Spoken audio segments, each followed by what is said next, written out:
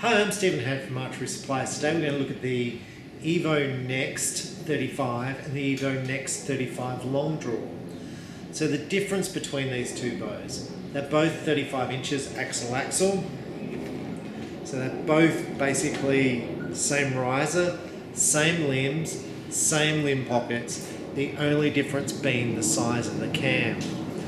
Now you'll see one has got a slightly bigger cam than the other. The bigger one is the long draw version and the other one is the normal EVO 35 or the NXT 35.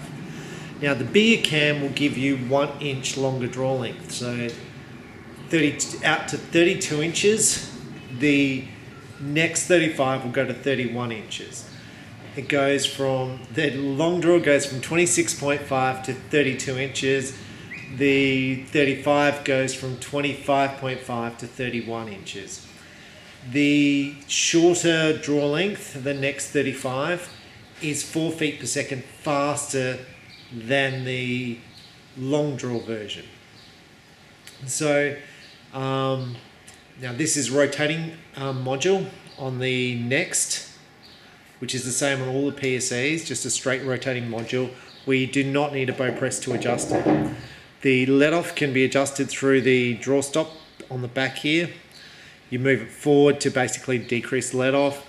The letters on the side here, which you'll see, this is currently set on G. Each letter is ½ an inch in adjustment, A being the longest, right down to L being the shortest. So it's a pretty simple system. It's a yoke system here, which is standard on all the PSEs, and it pulls off evenly here to keep the limbs balanced. Now the yokes are thinner than the cables, so if you're going to make cables or strings for your bow, make sure these are thinner because it will not fit through the yokes and will not fit through the system up here. So what has PSE done different in 2020 versus 2019? They've got rid of the flexible cable guard. So the concept of flexible cable guard was the cable guard flexes inwards to reduce torque and pressure on the cams. PSE found that this is more tunable, having a solid bar, because basically with longer draw lengths they pull in further than shorter draw lengths, more poundage pulls in further. So having a solid cable guard is basically easier as far as tuning is concerned, less maintenance, just a simpler system.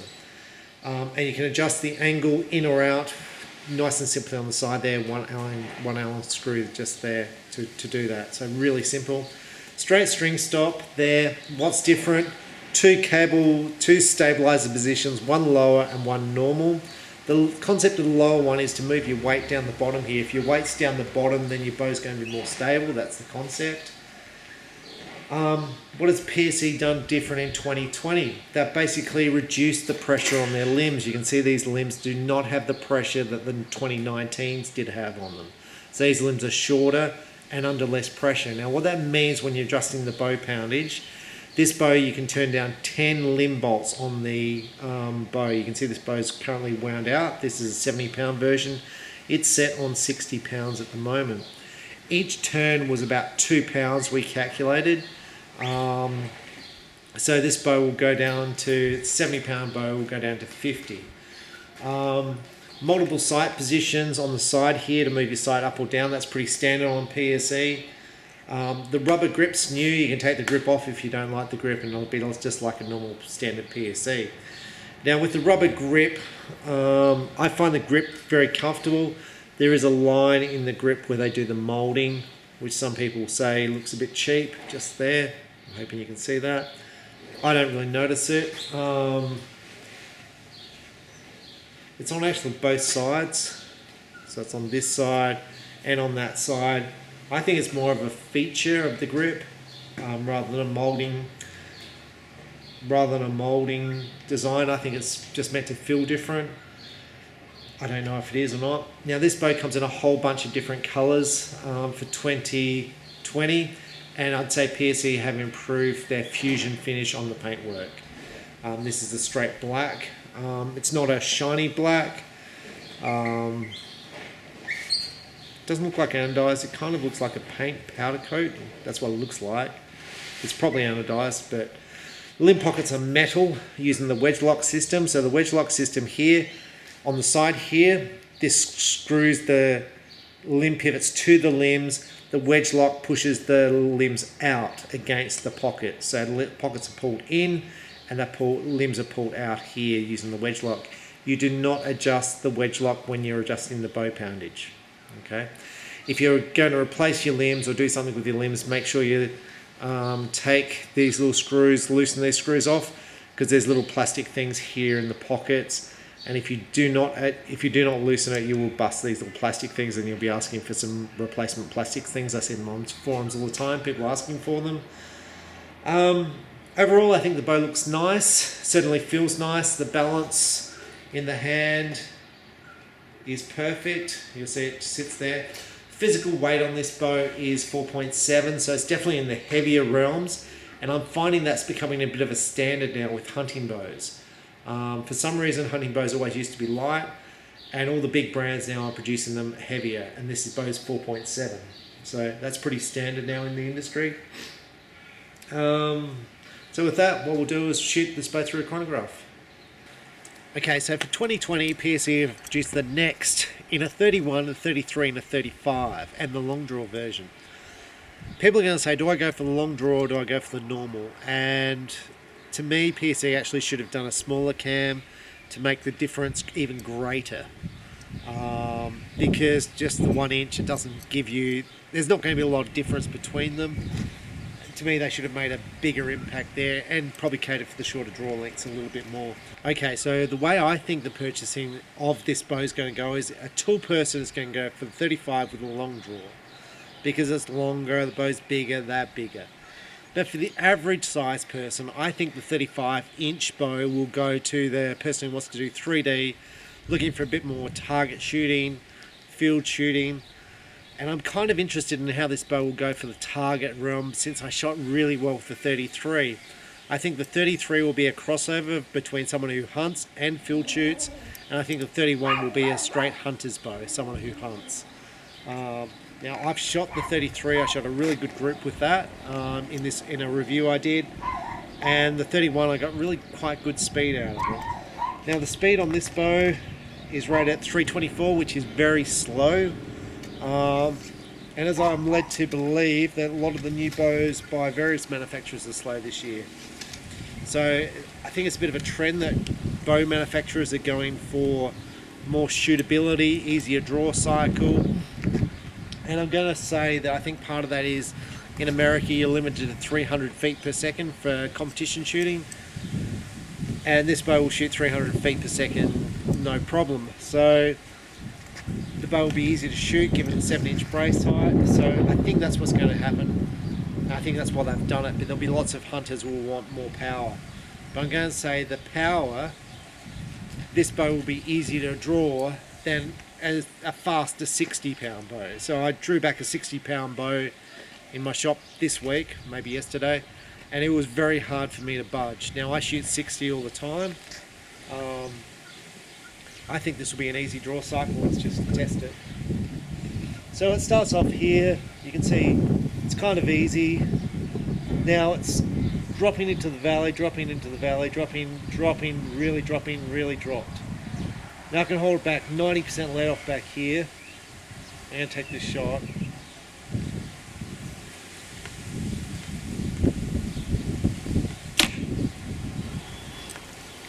Now the speed on that was 295 feet per second. That's with a 327 grain arrow, 60 pounds at 29 inches, which is not a bad speed. The faster bows tend to be about a bit over 300 feet per second, but you can see you're going to shoot 300 feet per second with this bow for IBO, no problem at all. With a slightly lighter arrow, something like your Victory 3D HVs will kill 300 feet per second.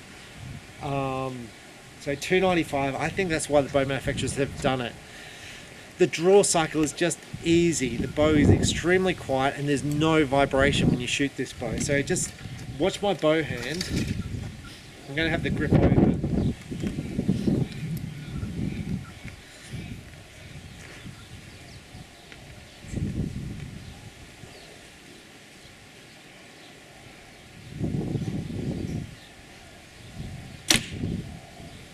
You just see the bow just sits there, and that one was actually faster, 299.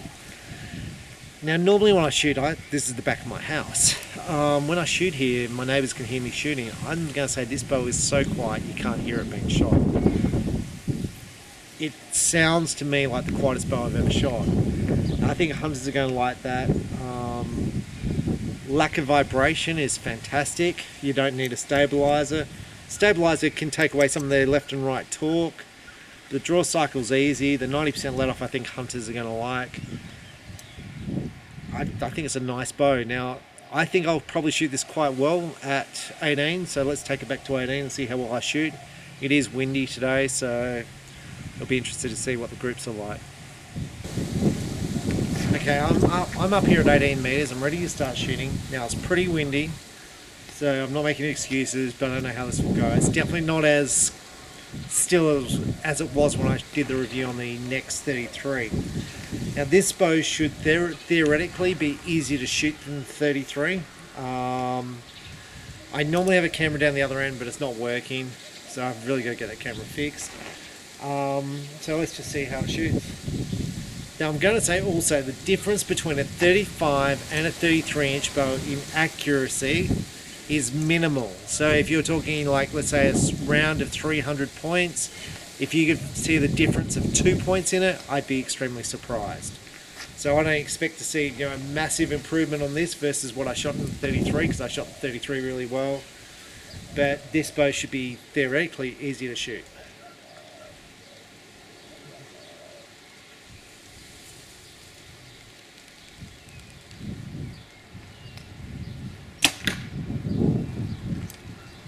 Now, one thing I find with this bow is and referring back to the NXT 33 I shot as well, extremely easy bow to shoot. It's like I'm not even working to shoot this bow well.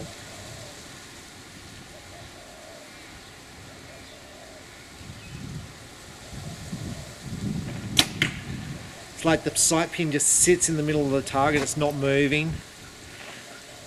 And sometimes I think, well, maybe because I've been practicing and I haven't been practicing. So I just find this bow extremely easy to shoot. And I've pretty much shot most bows on the market. And even against my target bow that I shoot, which is a Super XL, I find this bow extremely easy to shoot. And it makes me wonder if I set this up with a target sight, stabilizers, how well I would shoot with it.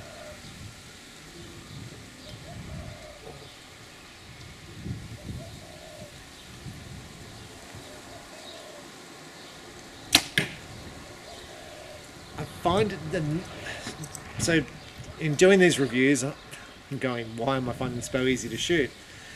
I generally shoot better with a bow with a bigger brace height. So 5.5 is definitely harder to shoot than a 6, and 7 is definitely easier to shoot than a 6, right? So bigger brace heights are definitely easier to shoot, and the reason for that is they're a little bit more stable in the aiming. There's also other reasons that the arrows off the string quicker, but I just find it a little bit steadier to aim, the bigger brace height. So this bow's got a bigger brace height. It weighs physically more weight, so it's steadier to aim. The draw cycle's smooth, so I'm going to find that easier. I'm going to aim quicker. So as soon as I pull this back and get in my draw position, my sight pin's on the target. It's not moving around. So for those sorts of reasons, I'll generally shoot this bow better than other bows.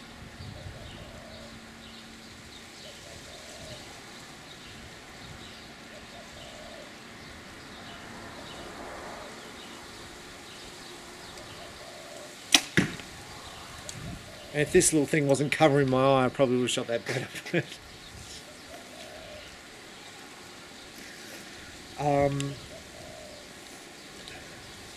Now, it doesn't matter what make the bow is, those characteristics make the bow easy to shoot. So a bow with a longer brace height, bows with smoother draw cycles, bows that are, smoother valleys, are generally easy to shoot, but this bow is extremely quiet, it's got no vibration.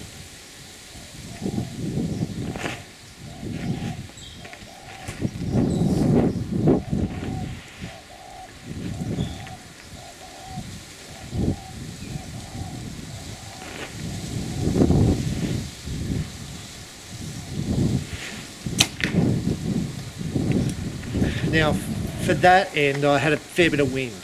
So my sight picture, so I'm at 18 meters, my sight picture, my pin was moving from basically one side of the goal to the other with the wind, but 90%, I'm not losing my breath, I'm not straining. I don't know where the arrow went, but just very, very easy to shoot.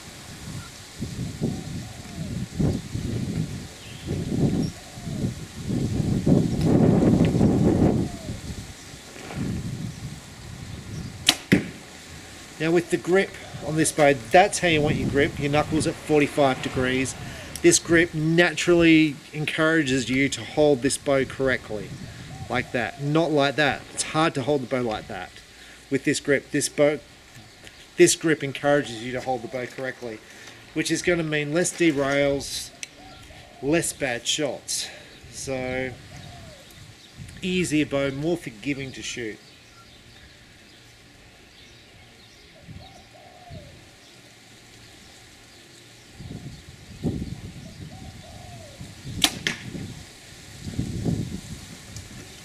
In fact, I had a guy in this week in my shop, and he said, "Can I have a shot with the latest toy?"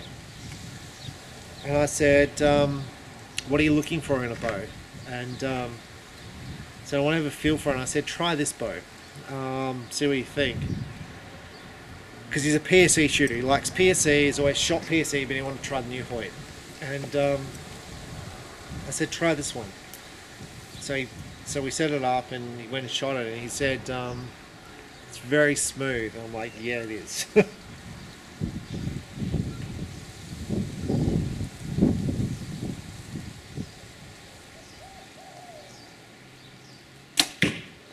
In fact, one of my friends on Facebook works in an archery shop in America, in Utah, and he sent me a message and he said, "I've brought myself the next 33. I found that the best bow in the store to shoot." And he sends me messages on various bows he shot, which I haven't shot yet because they haven't come to my store yet. And it's like, and I said to him, I shot that bow extremely well. So I understand why he picked that bow out of all the other bows, because it's definitely a bow I'd look at.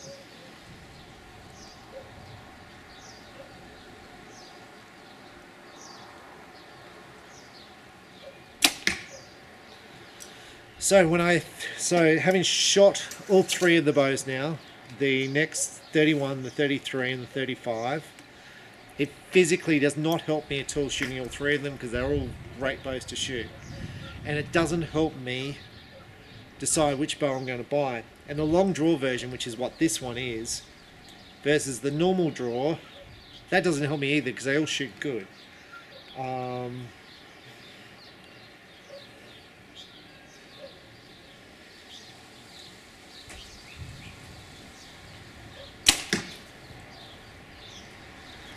That one was noisier, so I feel like something happened on that shot, like a knock or something. I can see an arrow out to the right of the target, so I'm not sure what happened with that one, but yeah, one more shot.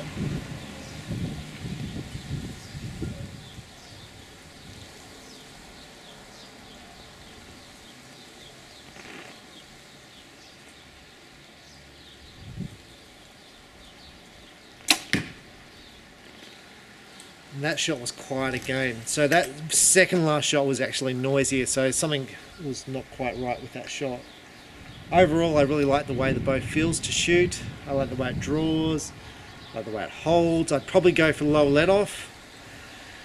Now the draw cycle on this bow, I shoot 60 pounds. It feels like a 50-pound bow to draw. It's just so easy.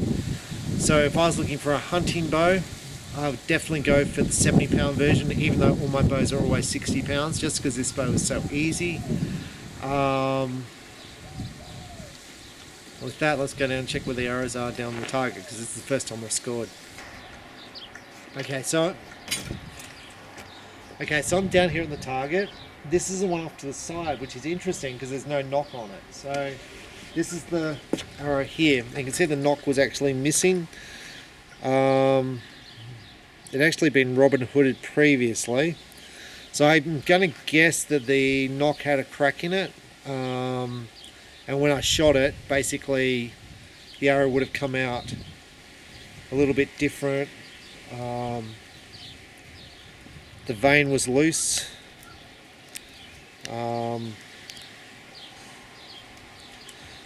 Anyway, so there's that one. Right, so the actual group in the target here. I can't get my fingers around the whole group. Look, it's not a bad group. I don't know how many arrows I shot. There's a couple, 2 10s, 3 8s. It's clearly not as good as what I shot with the 33. But there's a lot more wind around today than there was the other day, so I was drifting around a bit. I did have that string in my eye for a couple of the shots, but overall, the group's pretty happy. It's off to that side a little bit, so if I had the sight in a little bit, that'll be gold. But definitely the group with the 33 was better, and that gets me to whether it's the weather or how the bow feels. I cannot feel the difference between the 35 and the 33 in the way the bow shoots. As far as the draw cycle feels the same, the way the bow feels, it feels the same. I feel like the 35 should be more forgiving to shoot than the 33, just because the longer bows are generally more forgiving. However, just from testing it, I shot really well with the 33. So my summary,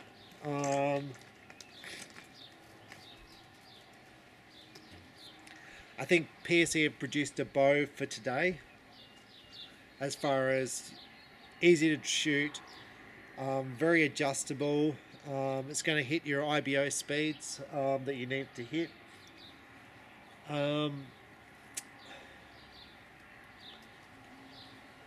I'm going to be interested to see how it goes down with hunters who are looking for those speed bows.